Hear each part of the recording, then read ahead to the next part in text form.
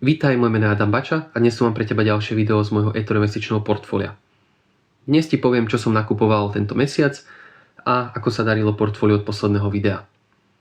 Aktuálna hodnota portfólia je teda momentálne $60 500, z toho je 36 700 zainvestovaných a 23 700 je vlastne nezrealizovaný zisk.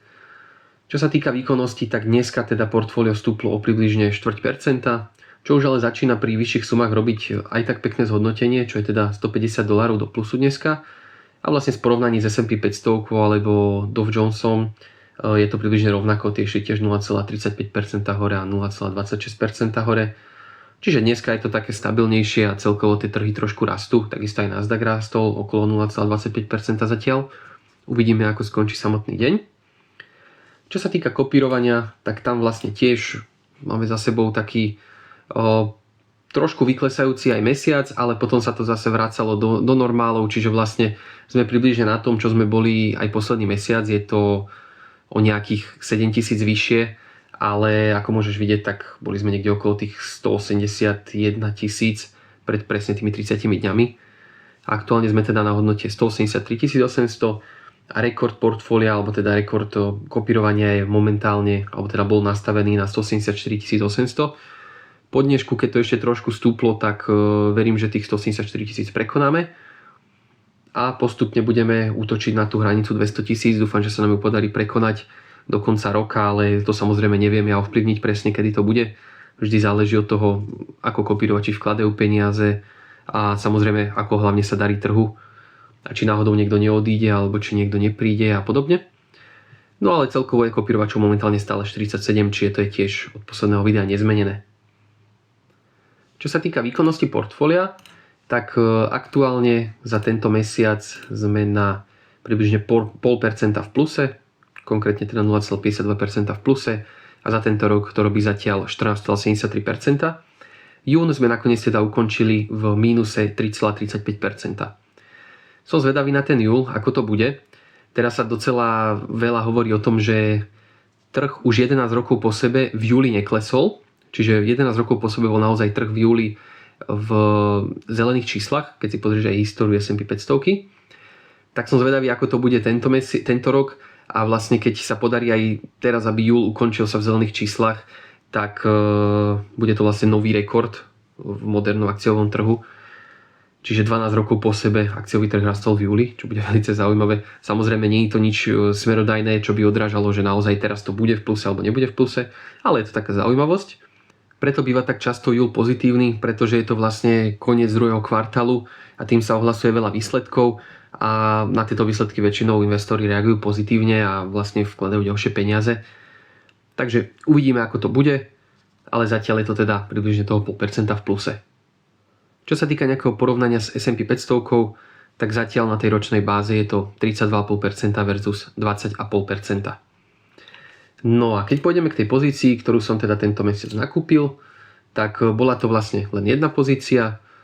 Bola to firma, ktorú som už v portfóliu mal a veľa ľudí to určite neprekvapí, dosť sa teraz o tom hovorí, že vlastne tie firmy z Mag 7, alebo teda z tej veľkej sedmičky tých najväčších firiem, sú momentálne docela vyklesané. Čiže ja som sa rozhodol, že tento mesiac nakúpim Microsoft.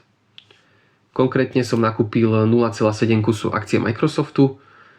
Momentálne to už teda mierne kleslo, nakupoval som to 2 dní dozadu, takže aktuálne je to teda v mínuse nejakých približne $6-7 a nakupoval som za hodnotu približne $270, $275. $250 som vložil, ako každý mesiac pravidelný vklad, ale samozrejme boli tam ešte nejaké dividendy, takže mohol som nakúpiť vlastne za približne tých $270 a zvýšil som tak pozíciu v Microsofte už na celkovo 7,31 kusu akcie.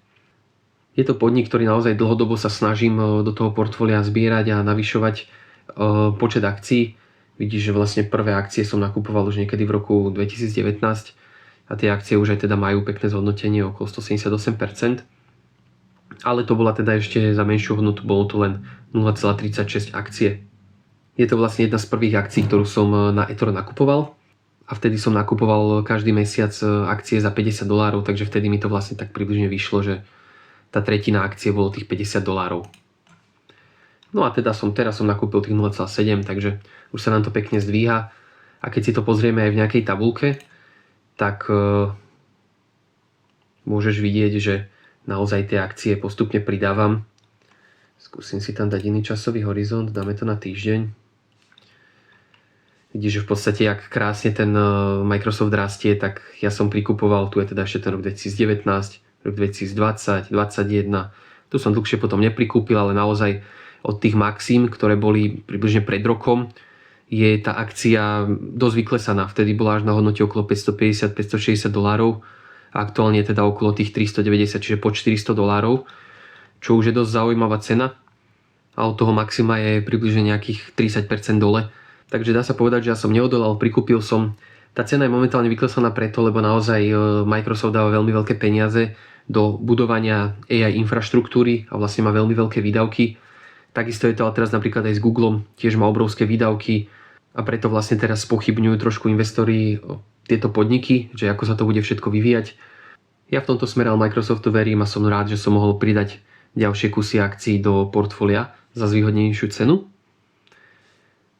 A čo sa týka nejakých ostatných pozícií, tak v podstate tam je to zase asi nezmenené. Caterpillar je približne 540% v pluse, potom Nucor okolo 400%, Grainger takisto necelých 400%, Nvidia tá už je 340%, ExxonMobil 300%, AMDčko taktiež krásne vystrelilo, na začiatku týždňa okolo 10%, ďalší deň zase kleslo okolo 8%, takže tam je to extrémne volatilné. Potom tu máme Taiwan Semiconductor, to je jasné, 230%, Google 160%, tam je to aj dosť pekná pozícia, je to vlastne jedna z najväčších pozícií v portfóliu a tá bola hlavne zapričinená aj tým dobrým rastom, pretože ani som ho až toľko nenakupoval, vidíš, že v roku 2023-2024 som ho nakupoval, ale nakupoval som väčšie množstvo, 3, 4, 2 kusy a odvtedy vlastne krásne vyrastol, takže celkovo 11 kusov akcií a zainvestované tam je nejakých 1400, ale celková hodnota je 3800, takže $2400 do plusu. No a potom tu máme Apple, ten je tiež vlastne zaujímavý, Amazon je tiež veľmi zaujímavý. To sú viac menej tie najväčšie firmy, ktoré momentálne sú na trhu a teda majú aj najväčšie zastúpenie v S&P 500. Visa, Mastercard, tie som vlastne nakupoval približne 2 mesiace dozadu, alebo 3 mesiace. S&P Global, ten som nakupoval minulý mesiac. No a v mínuse tu je potom Alibaba, ktorá ale sa od posledného mesiaca dosť zdvihla.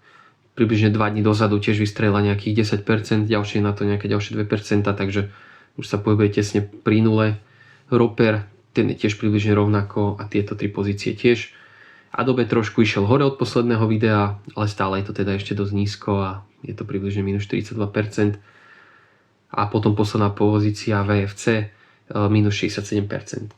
Pribudla nám tu nová akcia s tickerom MBGL a je to viac menej odnož, alebo teda dostali sme túto akciu preto, lebo mám tu akcie S&P Global a vlastne je to odpojenie firmy z S&P Global a vytvorili novú firmu MBGL. Momentálne ju ešte nechávam v portfóliu, nejako som to neriešil, je to vlastne malinká pozícia v hodnote približne $17 a je to 0,83 kusu akcie. Dali to 1:1, čiže za každý kus S&P Global, ktorú máš v portfóliu, tak vlastne dostaneš jeden kus MBGL. Čo môžeš urobiť s tým v podstate, že buď to predáš a máš nejaký cash, ktorý ďalej investuješ, alebo si to môžeš nechať a uvidíš, ako sa to bude vyvíjať.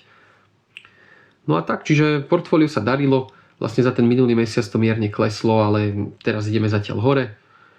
Čiže ide v podstate tá cena momentálne do boku. Chvíľku stúpa, chvíľku klesá.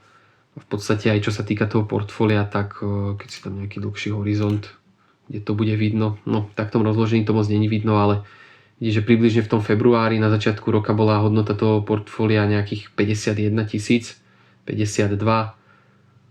Tuto dokonca kleslo v marci aj pod 50 000, nejakých 47-48 000. A vlastne odtedy to ide postupne hore a momentálne už to teda tých 60 000, takže tak. A od začiatku roka je to tiež približne tých z 50 000 na 60 000, takže približne 20% od začiatku roka.